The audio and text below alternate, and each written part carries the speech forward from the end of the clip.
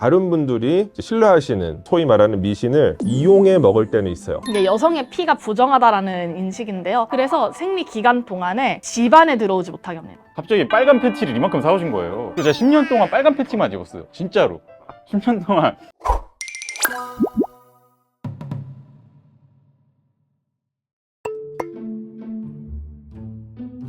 이제 그 야구 얘기인데요. 되게 조심스러운데 그 탈 LG 효과라는 게 있습니다. 탈 LG 효과. 원래는 조금 더 거친 표현으로 쓰여요. 저는 좀 순화해서 탈 LG 효과라고 표현하겠습니다. 아마 이제 보시는 야구 팬 여러분들은 아마 다 아실 거예요. 이게 무슨 얘기냐? LG 트윈스 소속의 야구 선수들 가운데 FA 때문에 다른 구단으로 이제 옮겨간 선수들이 갑자기 잘하는 그런 현상을 의미를 해요. 대표적인 사례가 박병호 선수 같은 이적을 하고 나서 포텐을 터트린 그런 사례들이죠. 여기에 대해서 과학적인 분석이 되게 많이 이루어졌어요. 왜냐면 LG가 사용하는 그 잠실구장이 KBO 리그에서 가장 큰 구장이기 때문에 홈런 치기가 어렵다. 근데 다른 이제 구단으로 가면 홈구장이 작아지니까 원래 조금 장타를 잘 치던 선수들이 홈런을 더 잘 치게 됐다. 이런 어떤 분석들이 있었죠.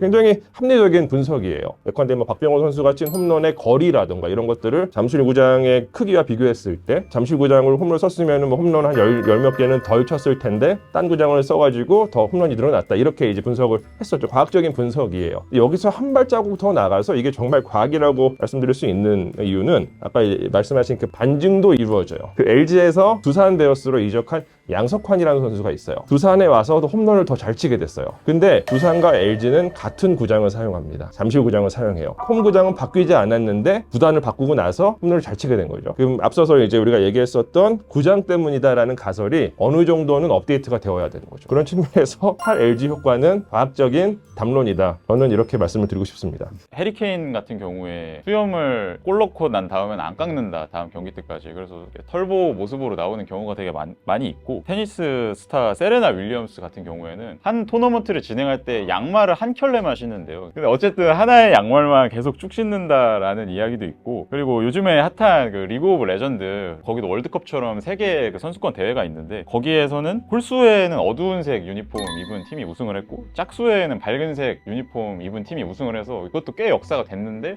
반복이 되다 보니 이게 뭔가 있는 게 아닐까. 아니겠죠. 근데 어쨌든 그냥 그런 얘기가 있더라고요. 네. 스포츠 관련한 여러 징크스 혹은 뭐 미신 이런 것 중에서 정말 유명한 게 있죠. 펠레의 저주. 예, 다들 많이 들어보셨을 거예요. 이 펠레의 저주라고 하는 이 담론 자체는 어떤 면에서는 사실 언론이 만들어낸 것 같아요. 왜냐면 이 펠레가 예측했었던 것이 틀렸던 적이 많이 있어요. 근데 맞았던 적도 많거든요. 그러니까 그 반증되는 사례들이 많지만 반증되는 사례들은 소개가 잘 안 되기 때문에 또 게다가 이게 이야기거리로 사용하기 좋으니까 계속해서 이제 사용이 되고 있는 것 같습니다. 그러니까 제가 생각하기에는 프로 레벨의 스포츠 경기라는 것은 미묘한 차이가 승부를 결정을 하고, 그래서 이 선수들은 그 미묘한 부분에 대해서까지도 신경을 써서 이런 징크스 같은 것들이 자주 패자에 오르는 것이 아닌가 이렇게 생각이 되네요. 그리고 결국에 스포츠도 엔터테인먼트다 보니까 그거 하나하나가 다 멘트로 나올 수 있을 만한 재밌는 이야기가 되고, 그리고 그런 식으로 뭔가 꼬투리를 잡아가지고 예측을 하고 봐야 더 재밌습니다, 경기가. 1958년에 중국 그 공산당에서 참새가 굉장히 유해한 동물이다라고 주장을 한 거예요. 그래서 왜 그렇게 주장했느냐에 대해서는 여러 가지 이야기가 있더라고요. 공산당의 입장에서 그 사회주의적인 관점에서 봤을 때 참새는 스스로 일을 하지 않고 인간이 일을 한 거를 약탈하는 존재다. 얘네들은 부르주아 같은 존재다. 그래서 우리가 박멸해야 된다. 이렇게 생각했다는 설도 있고, 실제로 그 공산당 주도로 되게 많은 과학자들도 투입돼서 참새가 왜 나쁜지에 대해서, 왜 사회적으로 참새가 유해한지를 밝히려고 했대요. 참새를 다 박멸하자 이런 운동이 일어나서 한 해에만 2억 마리 정도의 참새를 죽였대요. 근데 그 결과 참새들이 원래 해충을 잡아먹어서 농경에서 되게 중요한 역할을 했는데 해충이 너무 많이 늘어나다 보니까 갑자기 대기근이 닥쳐서 중국에서 주장하는 거는 1000만 명 이상, 추정상으로는 4천만 명, 최대 4천만 명의 아사자가 발생을 한 사례가 있었다고 합니다. 그러니까 이거는 미신에서 어떻게 보면 출발을 했지만 거기다가 과학까지 가세해서 잘못된 믿음을 퍼뜨렸을 때 얼마나 충격적인 결과가 나올 수 있는지를 잘 잘 보여주는 사례인 것 같아요. 과거 그 일제 식민지 시대 때 일본 제국이 이 한반도의 전기를 끊기 위해서 말뚝을 박았다라고 하는 설명이 90년대에 들어오면서부터 전반에 퍼져서 뭔가 사실인 것처럼 여겨지던 시절이 있었어요. 이와 관련된 이제 연구자들의 연구 결과에 따르면 사실 무근이에요. 관련 연구자들이 굉장히 오랫동안 그 얘기를 하고 있는데 사실 이게 잘 받아들여지지 않고, 이것도 사실 어떤 측면에서 현대적인 미신이라고 할 수가 있겠죠. 그런데 그런 미신이 계속 퍼져 나가면 나갈수록 오히려 지금 이 시점에서 그 과거 일제 식민지 시대에 대한 객관적이고 통찰적인 판단이 좀 어려워지지 않을까. 왜냐면 뭔가 이제 감정의 동요가 일어나잖아요. 아, 저 놈들이 감히 우리 땅을 이런 식으로 어떤 감정의 동요가 일어나기 때문에 실제 있었던 어떤 상황들에 대해서 조금은 더 약간 편견에 사로잡힌 눈으로 바라보게 되지 않을까. 오히려 부정적인 영향을 끼치지 않을까. 저는 이렇게 생각을 합니다. 너무 많죠. 거의 뭐 인류의 역사와 함께 했다고 해도 과언이 아닐 텐데, 지금 생각나는 건 미신이라고 하기에는 종교에 조금 더 가깝기는 한데, 네팔 같은 경우에는 이제 쿠마리라는 살아있는 여신 문화가 있는데요. 힌두 신화에서는 탈레주라는 여신, 밀교에서는 데비라는 여신이 있어요. 네와르족에 아직 초경을 시작하지 않은 3살에서 6살 사이의 여자아이들 중에 신체 조건을 되게 까다롭게 봅니다. 황소 같은 눈과 사슴 같은 다리와 사자와 같은 가슴과 이런 식으로 32가지의 신체 조건을 보고 마지막에는 이것 때문에 아동학대라고 많이 얘기가 되는데, 목이 잘린 동물들의 시신이 있는 방에 들어가서 하룻밤을 보내야 돼요. 그때부터 울어서도 안 되고 화내서도 안 되고 웃어서도 안 돼요. 왜냐면 여신은 다 알고 있기 때문에 울어서 안 되는 거라고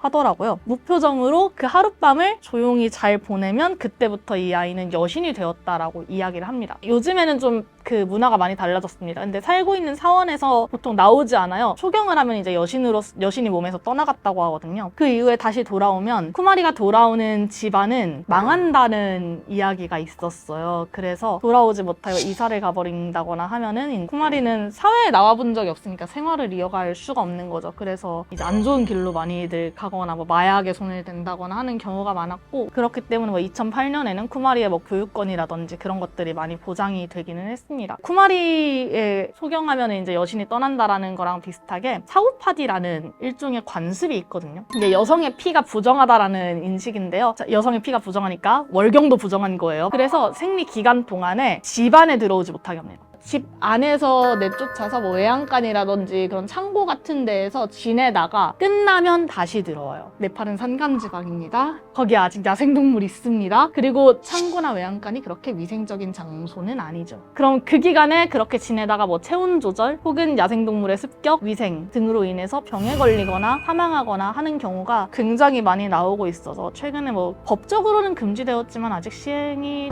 관습적으로 되고 있다고 해요. 그런 미신들이 있습니다.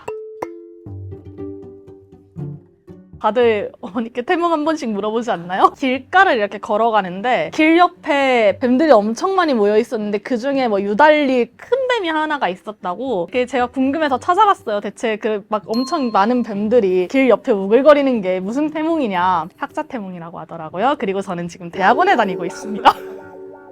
아니기를 바랐는데요. 저는 진짜 할 얘기가 없어요. 왜냐하면 저는 조금도 믿지 않습니다. 대신에 다른 분들이 신뢰하시는 소위 말하는 미신을 이용해 먹을 때는 있어요. 이사할 때 보통은 손 없는 날 이사를 많이 이렇게 하시려고 하시잖아요. 저는 손 있는 날 합니다. 훨씬 저렴한 경우들이 되게 많아요. 뭐 15%에서 20% 이렇게 저렴한 경우들이 있기 때문에 훨씬 더 이득입니다. 그래서 손 있는 날을 찾아가지고 이사를 하려고 이제 보통 노력을 합니다. 저는 미신이 맞았던 적은 없는 것 같고요. 미신대로 살았던 적은 있어요. 한 고등학생 때였나? 어머니가 하시는 가게에 어느 날 보살이 한 명 찾아오셨대요. 근데 그 보살이 아들이 빨간색 속옷을 입어야 된다. 그래야 잘 풀린다. 그랬다는 거예요. 근데 어머니가 되게 독실한 기독교인이신데 갑자기 빨간 팬티를 이만큼 사오신 거예요. 그래서 제가 10년 동안 빨간 팬티만 입었어요. 진짜로.